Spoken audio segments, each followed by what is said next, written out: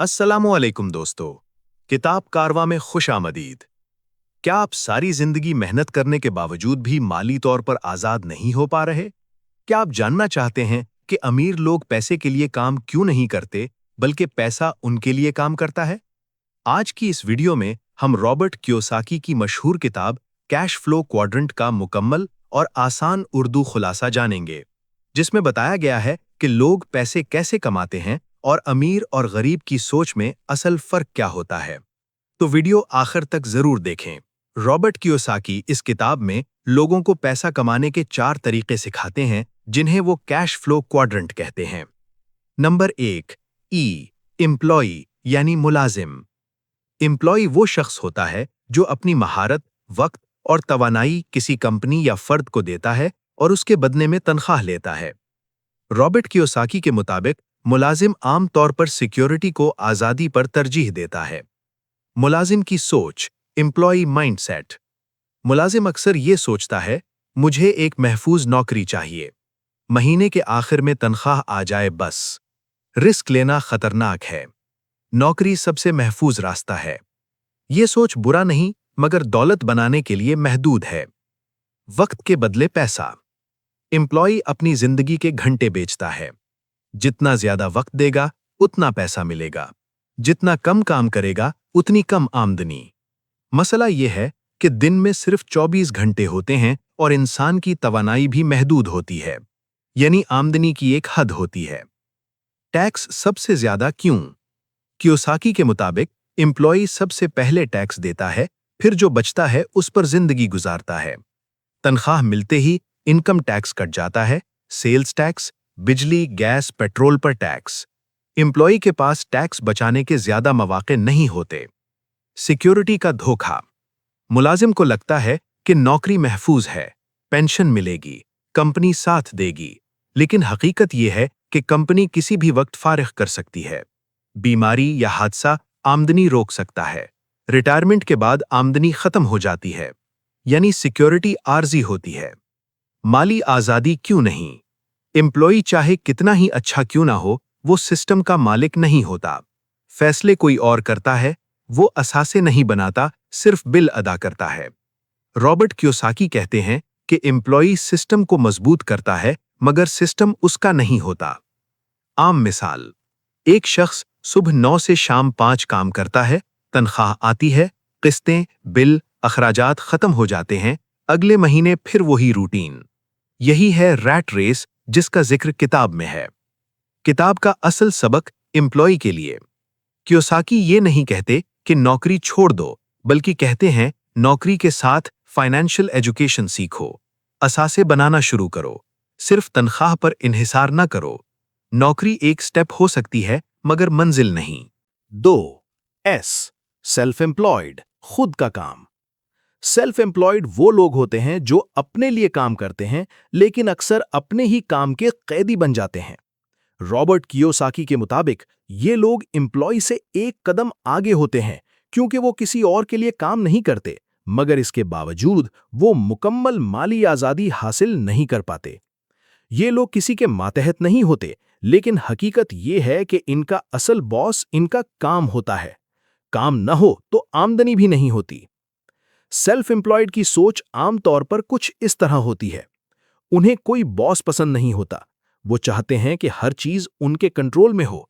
वो ये मानते हैं कि अगर काम अच्छे तरीके से करना है तो खुद ही करना पड़ेगा। वो खुद को अपने बिजनेस का सबसे अहम हिस्सा समझते हैं। ये सोच मेहनती जरूर होती है, लेकिन यही सोच सिस्टम बनाने में सबसे बड़ी रुकावट बन जाती है। सेल्फ एम्प्लॉयड की आमदनी मुकम्मल तौर पर उनकी मौजूदगी से जुड़ी होती है। अगर वो काम करेंगे तो पैसा आएगा, और अगर वो रुक गए तो आमदनी भी रुक जाएगी। मिसाल के तौर पर, डॉक्टर मरीज न देखे तो फीस नहीं मिलती, वकील केस न लड़े तो कमाई नहीं होती, दुकानदार दुकान न खोले तो सेल नहीं होती, फ्रीलांसर काम न करे तो पेमेंट नहीं आती। असल मसला यह है कि सेल्फ एम्प्लॉयड नौकरी छोड़कर अपना ही एक नया जॉब बना लेता है। सेल्फ एम्प्लॉयड पर काम का दबाव भी बहुत ज्यादा होता है। वो एक ही वक्त में मालिक भी होता है, वर्कर भी, मैनेजर भी और अकाउंटेंट भी। सारी जिम्मेदारियां अकेले उठानी पड़ती हैं। इसका नतीजा ये निकलता है کہ ذہنی دباؤ بڑھ جاتا ہے، جسمانی تھکان رہتی ہے، چھٹی لینا مشکل ہو جاتا ہے، بیماری کی حالت میں بھی کام کرنا پڑتا ہے۔ باہر سے دیکھنے والوں کو لگتا ہے کہ سیلف امپلائڈ آزاد ہے، لیکن حقیقت اس کے بالکل وپریت ہوتی ہے۔ کام زیادہ ہوتا ہے، وقت کم ہوتا ہے، اور ہر چیز اسی ایک شخص پر منحصر ہوتی ہے۔ رابرٹ کیوساکی کہتے ہیں کہ سیلف امپلائڈ کے پاس پیسہ ہو سکتا ہے، لیکن وقت نہیں ہوتا۔ سیلف امپلائڈ کا کام عام طور پر کسی سسٹم پر نہیں بلکہ ایک شخص پر چل رہا ہوتا ہے۔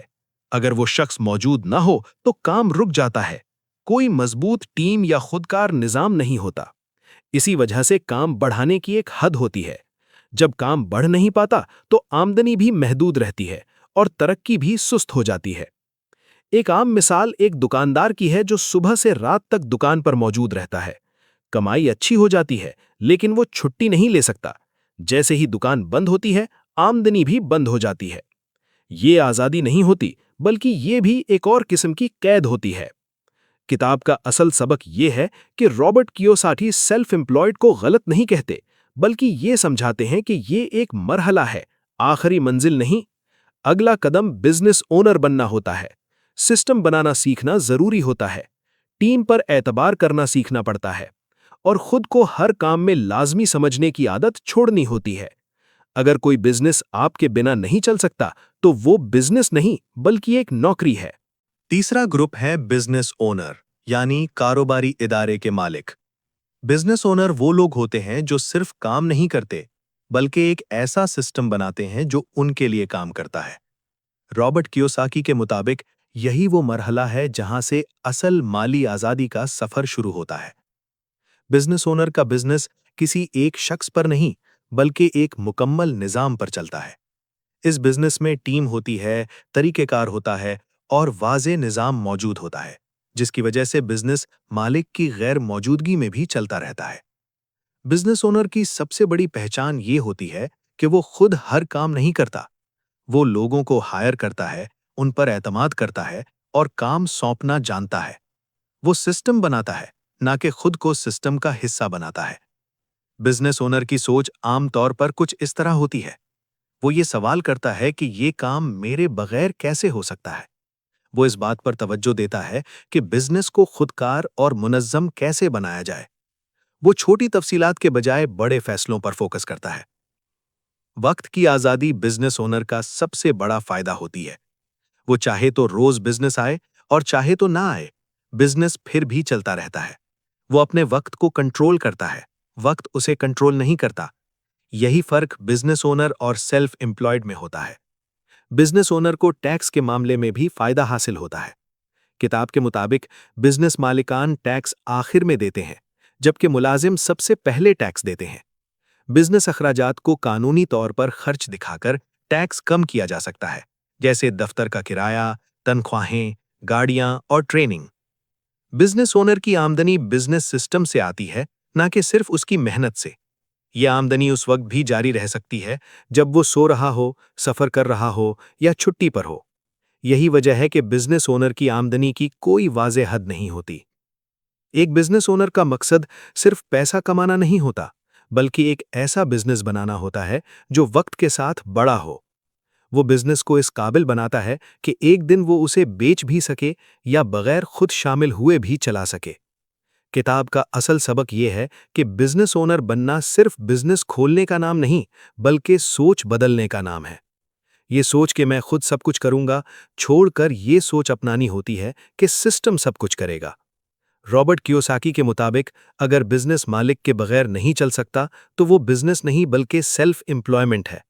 اصل بزنس وہ ہوتا ہے جو مالک کی غیر موجودگی میں بھی مسلسل چلتا رہے۔ 4. انویسٹر۔ انویسٹر وہ لوگ ہوتے ہیں جو خود پیسے کے لیے محنت نہیں کرتے بلکہ اپنے پیسے کو اس قابل بناتے ہیں کہ وہ ان کے لیے کام کرے۔ رابرٹ کیوساکی کے مطابق یہی کیش فلو کوادرنٹ کا سب سے مضبوط اور طاقتور حصہ ہے، اور اصل امیر لوگ اسی حصے میں آتے ہیں۔ انویسٹر کی آمدنی تنخواہ یا روزمرہ کے کام سے نہیں بلکہ اثاثوں سے آتی ہے۔ اثاثہ وہ چیز ہوتی ہے جو باقاعدگی سے آپ کی جیب میں پیسہ ڈالے، چاہے آپ اس وقت کام کر رہے ہوں یا نہیں۔ انویسٹر کی سوچ عام لوگوں سے مختلف ہوتی ہے۔ وہ یہ نہیں سوچتا کہ میں کتنا کماؤں گا، बल्कि ये सोचता है कि मेरा पैसा मेरे लिए कितना कमा रहा है। उसकी तवज्जो कलील मुद्दत के फायदे के बजाय तवील मुद्दत की दौलत पर होती है। इन्वेस्टर स्टॉक मार्केट में सरमायाकारी करता है, मगर अंदाज जुए जैसा नहीं होता। वो कंपनियों को समझता है, माली रिपोर्ट देखता है और सब्र के साथ फैसला करता है। उसके लिए स्टॉक सिर्फ कीमत नहीं, बल्कि बिजनेस में हिस्सेदारी होते हैं।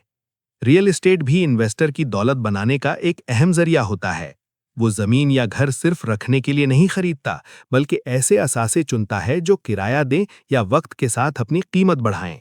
इसी मुसलसल आमदनी की वजह से उसकी माली बुनियाद मजबूत होती जाती है। इन्वेस्टर बिजनेस में सरमायाकारी भी करता है, मगर खुद रोजाना बिजनेस नहीं चलाता। वो ऐसे बिजनेस में पैसा लगाता है जहां सिस्टम, टीम और मुनाफा पहले से मौजूद हो। उसका मकसद मेहनत करना नहीं, बल्कि एक कामयाब निजाम का हिस्सा बनना होता है। इन्वेस्टर के लिए सबसे अहम चीज माली समझबूझ होती है। वो जज्बात की बुनियाद पर फैसले नहीं करता, बल्कि इल्म, हिसाब और तजर्बे की बुनियाद पर सरमायाकारी करता है। वो रिस्क से नहीं डरता, बल्कि रिस्क को समझकर उसे अपने हक में इस्तेमाल करता है। इन्वेस्टर को टैक्स के मामले में भी फायदा हासिल होता है।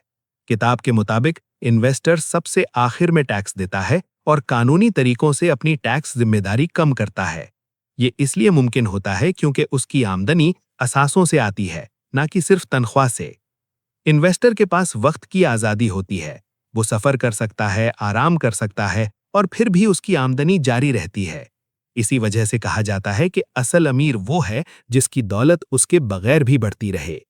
असल किताब का पैगाम ये है कि इन्वेस्टर बनने के लिए ज्यादा पैसा होना जरूरी नहीं, बल्कि सही इल्म होना जरूरी है।